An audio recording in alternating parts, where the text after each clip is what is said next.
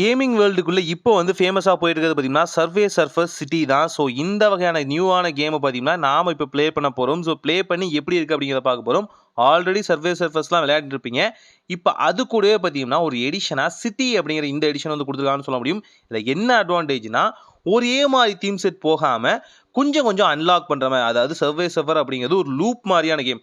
Survey surfer, temple run, இது எல்லாமே பார்த்தீங்கன்னா ஒரு லூப் மாதிரியான கேம். இது போகும் போகும் போய்கிட்டே இருக்கும். அதுக்கு வந்து எண்ட் பாயிண்ட் அப்படிங்கிறது ஒன்று இல்லவே இல்லை. எப்படி பார்த்தாலும் அவன் ஸ்டக் ஆகி ஒரு இடத்துல நிற்கணும். இது போல இல்லாமல் அவன் அன்லாக் பண்ணி ஒவ்வொரு சிட்டிக்காக போனால் எப்படி இருக்கும், அதை தான் பார்த்தீங்கன்னா இங்கே தீம் செட்டாக மாற்றிருக்கான்னு சொல்ல முடியும். ஸோ இது லூப் கேமாக இல்லாமல் இது ஒரு தீம் பேஸ்டு கேமாக மாறி இருக்கு. ஸோ அதை தான் இந்த வீடியோவில் பார்க்க போகிறோம். ஸோ ப்ளே பண்ணும்போது மோஸ்ட்லி பார்த்தீங்க அப்படின்னா எல்லாமே சர்வே சர்ஃபர் மாதிரி தான் இருக்குது. அதே மூமெண்ட் தான், அதே வகையான விஷயங்கள் தான். இருந்தாலும் இங்கே ஒரு மாற்றம் தெரியுது. கிராஃபிக்ஸ் நல்லாவே சேஞ்ச் ஆகிருக்குன்னு சொல்ல முடியும். நான் ப்ளே பண்ண கொஞ்ச நேரத்திலே பார்த்தீங்கன்னா இந்த கிராஃபிக்ஸோட விஷயங்களை என்னால் ஈஸியாக பார்க்க முடிஞ்சுச்சு. ஆல்சோ பார்த்தீங்கன்னா ஃப்ளூவெண்ட்டாக இந்த வகையான சர்ஃபே சர்ஃபர் வந்து இப்போ ஒர்க் ஆகுதுன்னு சொல்லலாம். பழைய சர்ஃபே சர்ஃபரில் பார்த்தீங்கன்னா என்ன தான் பார்த்தீங்கன்னா அது ஹை அண்ட் ஃபோனாக இருந்தாலும் ஸ்டக் ஆகிறது நடக்க தான் செய்யும். ஆனால் இங்கே அந்த மாதிரி நடக்கலை. கூடவே பார்த்தீங்கன்னா ஹோவர் போர்டு அப்படிங்கிற இந்த ஆப்ஷன் ஆகட்டும், பல விஷயங்கள் பார்த்தீங்கன்னா இதில் வந்து அடிஷனலாக ஜாயின் பண்ணிக்கான்னு சொல்ல முடியும். பவர் பூஸ்டர் ஏறினதுக்கப்புறம் பார்த்தீங்கன்னா ஆட்டோமேட்டிக்காக, அதாவது பழைய சர்வே சர்ஃபரில் பார்த்தீங்கன்னா ராக்கெட் இருக்கும், நீங்கள் யோசிச்சிருப்பீங்க, ராக்கெட் இருக்கும் அண்ட் கலர் பாப்ஸ் இருக்கும். இங்கே பார்த்தீங்கன்னா கொஞ்சம் டிஜிட்டலாக மாற்றி அந்த ஒரு தீம் செட்டு பார்த்தீங்கன்னா மோஸ்ட்லி பேக் டு தி ஃபியூச்சர்லேருந்து சுட்டுருக்காங்களோன்னு தோணுது. அந்த ஹோவர் போர்டு எல்லாமே பார்த்தீங்கன்னா எனக்கு அப்படி தான் தோணுதுன்னு சொல்லலாம். ஸோ இங்கே ஒவ்வொரு தீம் செட்லையும் நம்ம அந்த காயினை வின் பண்ணும் போது பார்த்தீங்கன்னா முக்கியமான ஒரு விஷயத்தை வந்து நம்ம அன்லாக் பண்ணுற மாதிரி இருக்குது. இந்த காயின்ஸ் வர வர பார்த்தீங்கன்னா பர்சனலாக ஒரு பர்சனோட கேரக்டர் இருக்கும் இல்லையா, அந்த கேரக்டரோட லெவல் இன்க்ரீஸ் ஆகுது. இது ஒரு பக்கம்.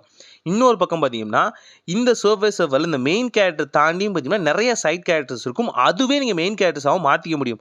அந்த வகையான விஷயங்களும் அவங்களுக்கான லைஃப் லைனு அண்ட் பார்த்தீங்கன்னா சோடா கேனு, சின்ன சின்ன பாப்ஸு, இது போல் விஷயங்கள் எல்லாத்தையுமே இன்க்ரீஸ் பண்ணிக்கிறதுக்கும் உங்கள் லெவலை அப்கிரேட் பண்ணிக்கிறதுக்கும் கொடுத்துருக்காங்க.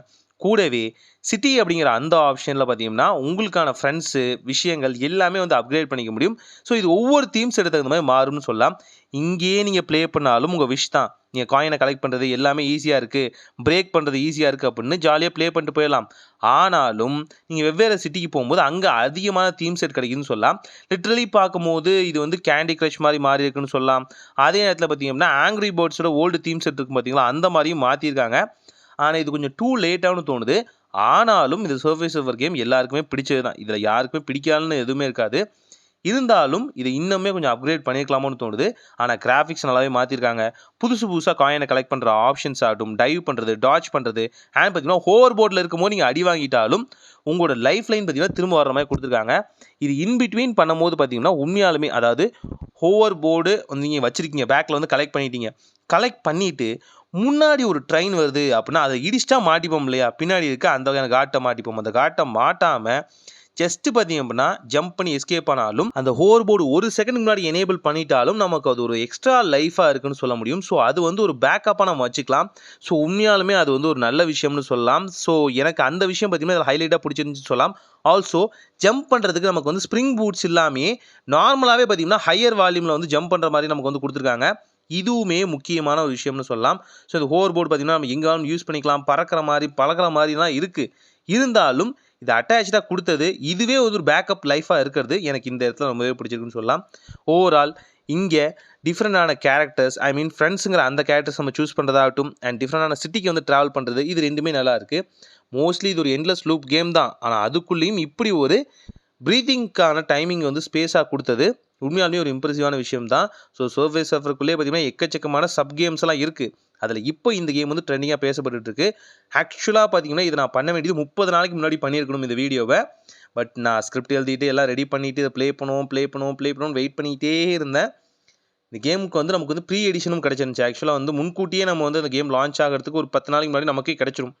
ப்ரீ ரிஜிஸ்டர் பண்ணி எல்லாம் வந்து டவுன்லோட் ஆகிடுச்சு. இருந்தாலும் மற்ற ஒர்க்ஸ் இருந்தால் பார்த்தீங்கன்னா இந்த கேமை வந்து நம்மளால் அன்லாக் பண்ணி ப்ளே பண்ண முடியலன்னு சொல்லலாம். ஸோ வந்த உடனே ஹிட், எனக்கு அது முதலே தெரியும். ஏன்னா வந்து இப்படி ஒரு விஷயம் அது ஒரு ஓப்பன் வேர்ல்டு கேமாக கொடுக்கும்போது பார்த்தீங்கன்னா எல்லாருக்குமே பிடிக்க ஆரம்பிக்கும். பட் நான் அதை வந்து கிரியேட் பண்ண தவறிட்டேன்னு சொல்ல முடியும். இந்த வீடியோவே எவ்வளோ வியூஸ் போகுதுன்னு தெரில. ஆனாலும் எழுதி வச்சது மக்களுக்கு பிடிச்சது நம்ம ஒரு டைமாக செஞ்சு காமிக்கணும்னு ஆசை.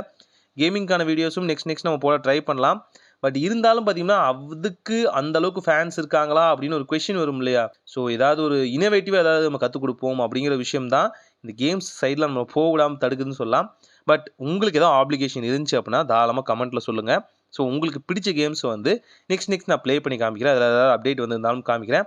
பப்ஜி, ஃப்ரீ ஃபயரை தவிர்த்துட்டு இது போல் இனோவேஷனான கேம்ஸ் சப்போர்ட் பண்ணலாம். ஒரு நல்ல மாற்றம் இதாக நடக்கட்டும்.